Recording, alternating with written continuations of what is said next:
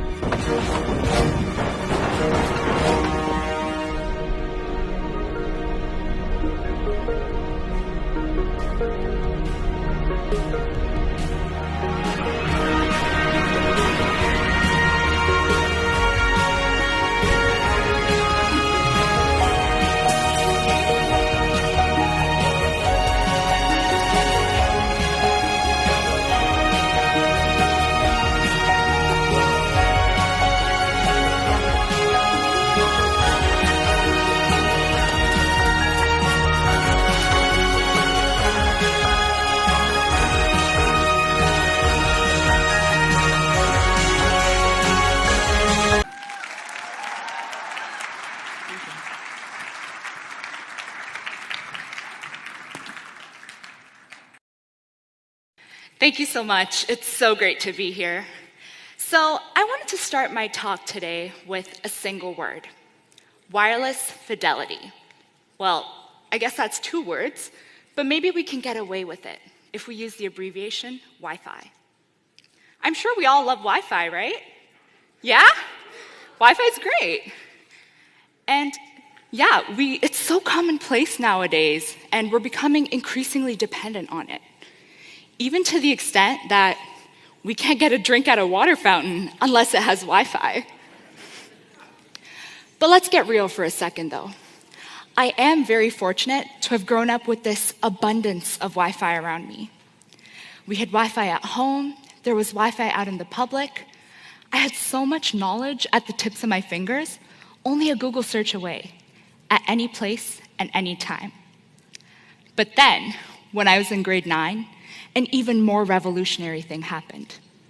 They were finally bringing Wi-Fi into our schools, and I was ecstatic. I could read all the ebooks I've ever wanted. My favorite, of course, being Facebook. And I really couldn't be happier. That was until that fateful day I decided to pick up a newspaper instead of scrolling through my newsfeed. I came across this article talking about the negative effects of bringing Wi-Fi into our schools. Particularly, it focused on the health risks associated with being exposed to Wi-Fi radiation. This article said Wi-Fi was carcinogenic.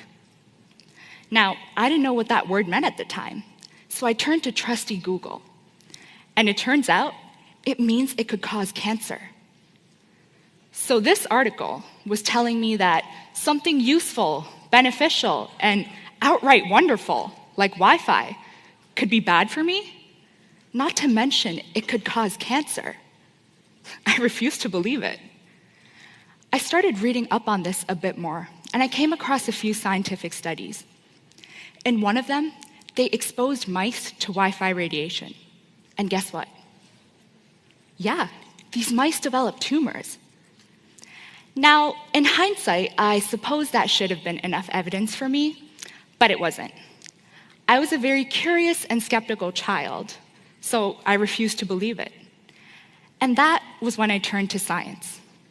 I designed an experiment that would allow me to measure the effects of Wi-Fi radiation on cell growth.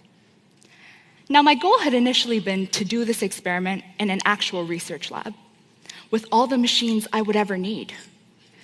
But you can imagine a 14-year-old girl walking up to a lab manager saying, "Hi there, I have this experiment I'd really like to do. Could I come work in your lab?"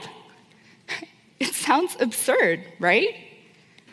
And I guess to some extent it was, because they turned me away. They told me I was too young.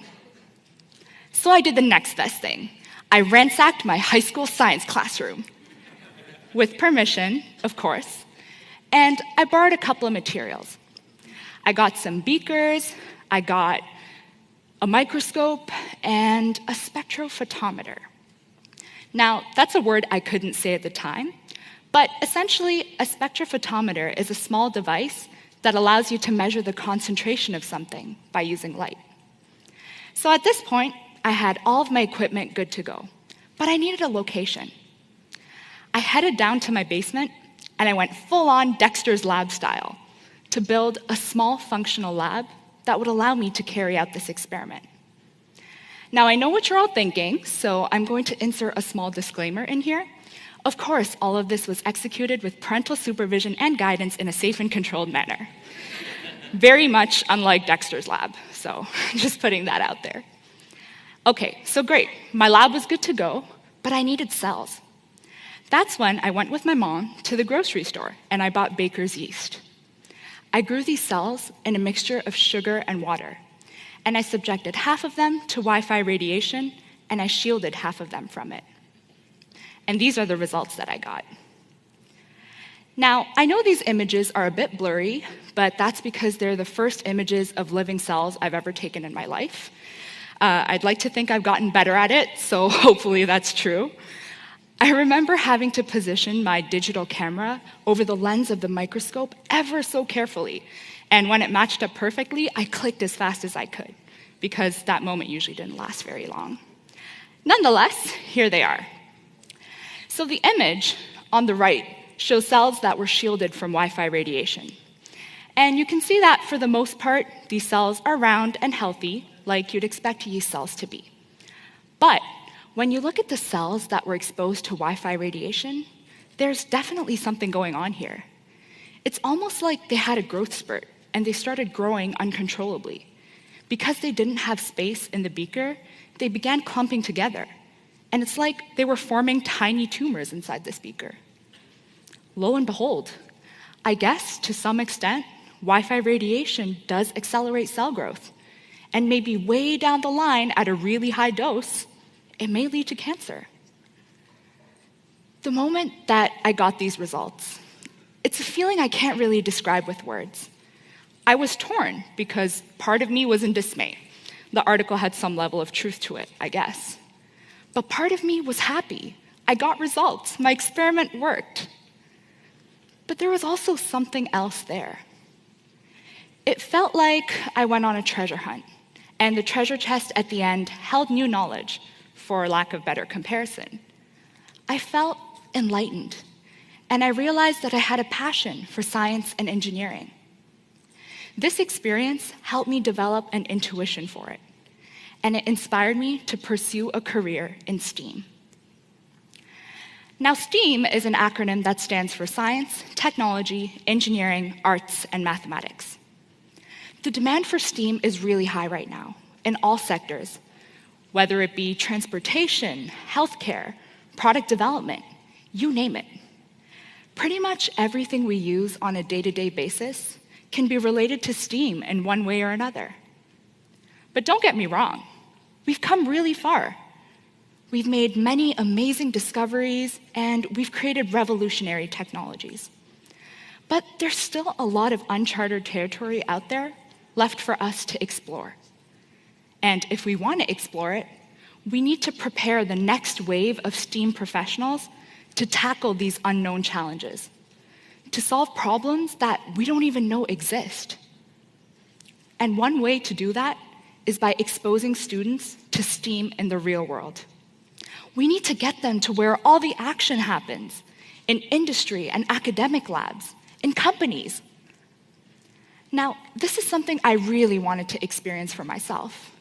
I wanted to work in a lab so badly. But all of my friends around me were telling me I was growing up too fast.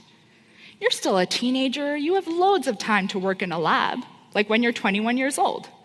Spoiler alert, I am doing that right now at MIT. But hearing all of this just made me even more adamant. I vowed that I would get into a lab. Not to mention that with each passing day, my interest and passion for cancer research continued to grow. I distinctly remember this one instant when I was participating in the Run for the Cure, organized by the Canadian Breast Cancer Foundation. And at this event, I had the opportunity to chat with a cancer patient. I told her about this Wi-Fi cancer project that I'd worked on and how I wanted to become a cancer researcher when I grew up. She was delighted, but it was the next thing she told me that really stunned me. She told me that she was willing to volunteer as a human subject for any studies I had planned in the future when I became a cancer researcher. And that statement really made me emotional because I realized how desperate she was for this disease to end, and she was willing to put herself in an unknown situation to make that happen. So I wasn't about to give up. I kept trying, and I knew that my drive was well placed. I sent out probably hundreds of emails to researchers and institutions asking if I could work in their lab. Some of them still got back to me saying I was too young. Others told me their lab was full, and most of the time I didn't even get a response. But then one day, 2 years later, when I was 16 years old, I had a shiny new unread email in my inbox. And it was from a professor asking to schedule a meeting with me to go over some research projects that I could work on. Now that's what I'd call a foot in the door. One thing led to another, and eventually he invited me to work in his lab,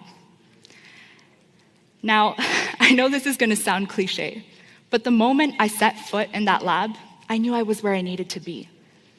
I distinctly remember the first time I took a lab tour. My mom had driven me to the lab, and she was with me on the tour. And the professor was telling me about the lab and people in the lab. And after the tour, she asked me, "Did you even understand a word he said? Your jaw was unhinged the entire time." And it's true. I was in awe at the amount of insane technology around me. They had a machine for pretty much any experiment I could ever imagine. They even had this one machine, which was like an automated DVD player, except for samples, and it would automatically take in your samples and in a matter of seconds spew out the results. Like, that was crazy, it blew my mind. And as I started working in the lab, I realized how different it was doing experiments in a lab setting compared to doing it in a classroom setting. For one, I was taught how to be safe in this environment. I was taught how to explore science in this controlled setting. I was surrounded by graduate students and postdocs who taught me new terms and skills.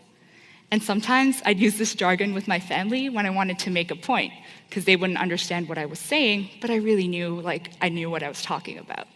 So that worked out pretty well once in a while. Not to mention that they got me thinking about the scientific theories behind the machines we use and the techniques we employ. And this is something that some of my friends in the third year of their undergraduate degree hadn't even been exposed to. In terms of professional development, this was a really great stepping stone for me to find other research positions at institutions across the world. Again, some of my colleagues who didn't have this prior real-world experience found it difficult to